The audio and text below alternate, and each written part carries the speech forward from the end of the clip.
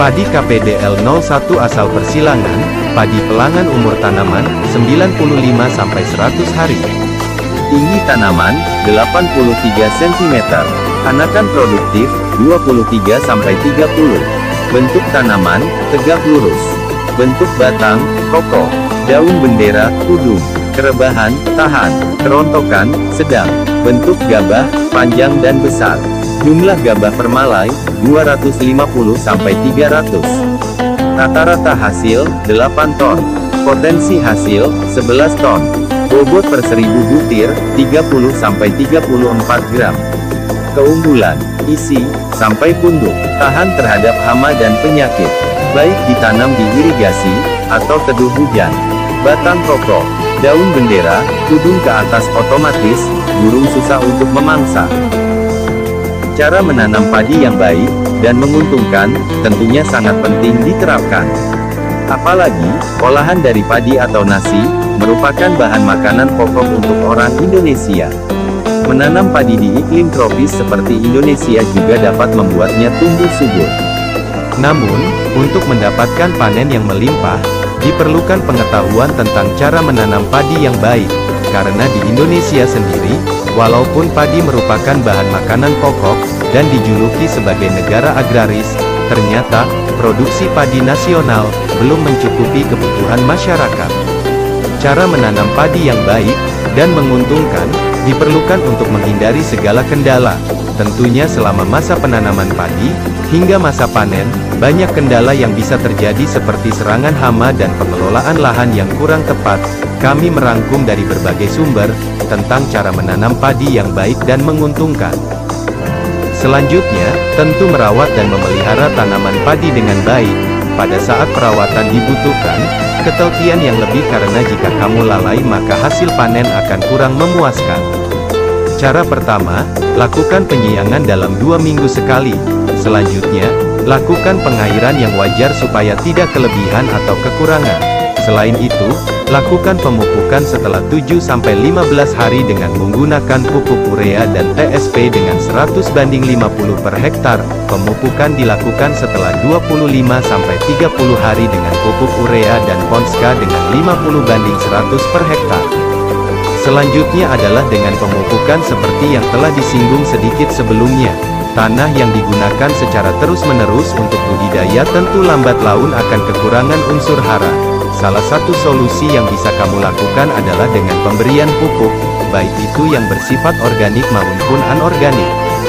Agar pemakaian pupuk menjadi lebih efektif, maka kamu harus mampu menyesuaikan dengan kebutuhan tanaman serta jumlah ketersediaan unsur hara dalam tanah. Kamu juga dapat menggunakan pupuk alami yang dibuat sendiri.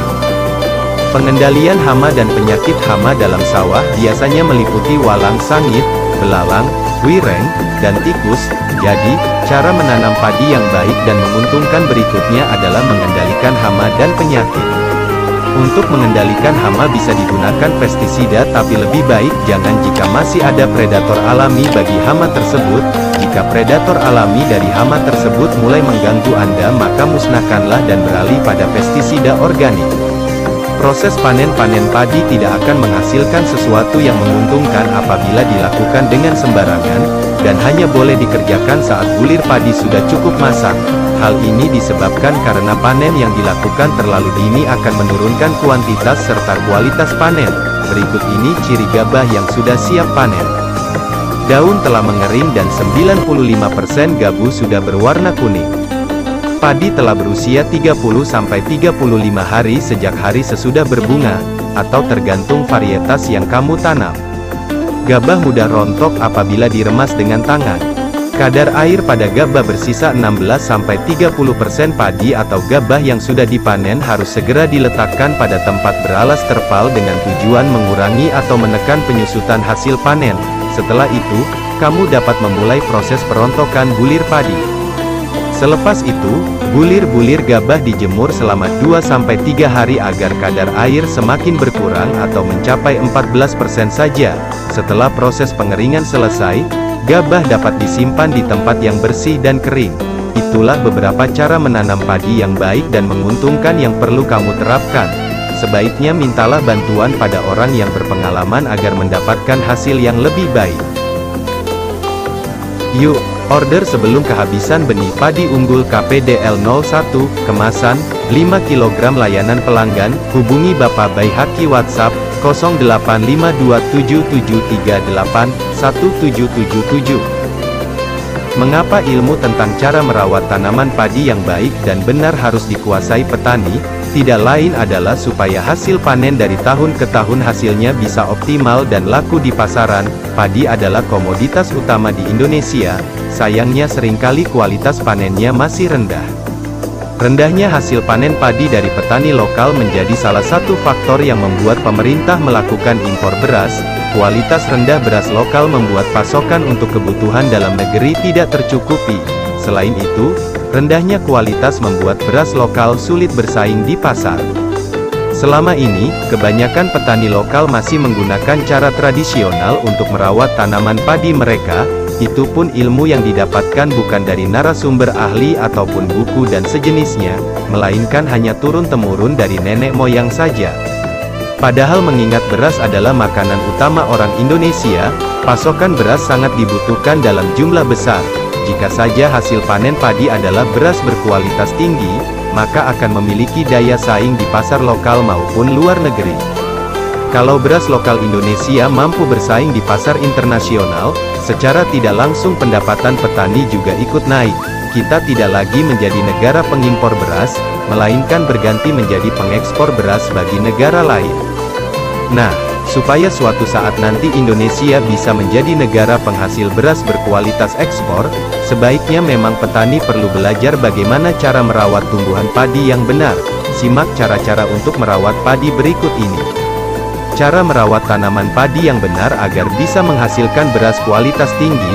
Tanaman padi harus mendapatkan perawatan secara baik sejak fase awal hingga saatnya panen. Secara garis besar, cara merawat padi adalah sebagai berikut. 1. Perawatan padi di fase vegetatif. Masa awal bibit padi ditanam disebut sebagai fase vegetatif. Perawatan tanaman padi pada fase vegetatif dilakukan selama kurang lebih 50 hari setelah ditanam. Fase vegetatif padi adalah masa di mana bibit padi mulai tumbuh hingga sampai masa reproduksinya. Cara merawat tanaman padi di fase awal ini difokuskan pada pertumbuhan akar, batang serta daun. Fase vegetatif mencakup juga masa pembentukan dan pertumbuhan yang terjadi pada anakan padi. Merawat tanaman padi pada fase vegetatif membutuhkan perlakuan-perlakuan sebagai berikut. Penyemprotan 1. 5 hari setelah tanam, menggunakan kalsium, zinc dan chitosan. Pemupukan, 7-10 hari setelah tanam, menggunakan pupuk nitrogen atau urea. Penyemprotan 2, 13-16 hari setelah tanam, menggunakan amonium fosfat, silika dan pupuk mikro. Pemupukan 2, 15-20 hari setelah tanam, menggunakan nitrogen dan NPK, urea, ponska. Nyorok atau matun, 21-22 hari setelah tanam, tujuannya untuk pengendalian hama. Setelah tahapan perawatan tanaman padi masa vegetatif dilakukan, lanjutkan dengan perawatan pada masa generatif.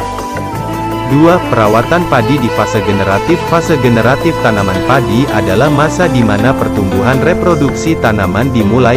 Fokus perawatan padi di fase ini yaitu pada organ reproduksinya, contohnya bunga dan buah. Padi di fase generatif ini sangat membutuhkan nutrisi penting, seperti kalium fosfat, kalsium dan boron. Cara merawat tanaman padi pada fase generatif adalah sebagai berikut. Penyemprotan 1, 50-55 hari setelah tanam, menggunakan kalium fosfat. Penyemprotan 2, 60-65 hari setelah tanam, menggunakan kalsium magnesium, boron, silika dan ZPT. Penyemprotan 3, 70-75 hari setelah tanam, menggunakan kalium fosfat, silika, pupuk mikro dan ZPT GA3. Penyemprotan 4, 80 hari setelah tanam, menggunakan kalium nitrat dan pupuk mikro. Penyemprotan 5, 85 hari setelah tanam, menggunakan kalsium dan boron. Penyemprotan 6, 90 hari setelah tanam, menggunakan kalium fosfat dan ZPT GA3 40%. Penyemprotan dilakukan dengan tujuan supaya hama wireng tidak menyerang tanaman padi yang berakibat merusak bunga dan buah bijinya. Perawatan tanaman padi harian. Selain melakukan cara merawat tanaman padi pada fase vegetatif dan generatif, masih ada beberapa perlakuan lainnya supaya hasil panen beras bagus. Ini adalah perawatan rutin harian untuk menjaga tanaman padi tetap tumbuh dengan subur, yang terdiri dari penyiangan tanaman padi dengan durasi 2 minggu sekali, pengairan sesuai kebutuhan untuk mencegah kekeringan, pengendalian hama yang bisa menyerang tanaman padi. Biasanya jenis hama yang menyerang tanaman padi adalah tikus, wireng, belalang serta walang sangit. Gunakan pestisida organik sebagai bahan pengendalian hama yang aman. Pasang orang-orangan di sawah untuk mengusir burung yang bisa merusak tanaman padi. Kesimpulan, dengan mengetahui dan memahami cara merawat tanaman padi yang benar, diharapkan para petani lokal dapat meningkatkan mutu beras yang dihasilkan. Tujuannya, supaya suatu saat nanti beras lokal kita bisa menguasai pasar sendiri dan mampu bersaing di pasar dunia.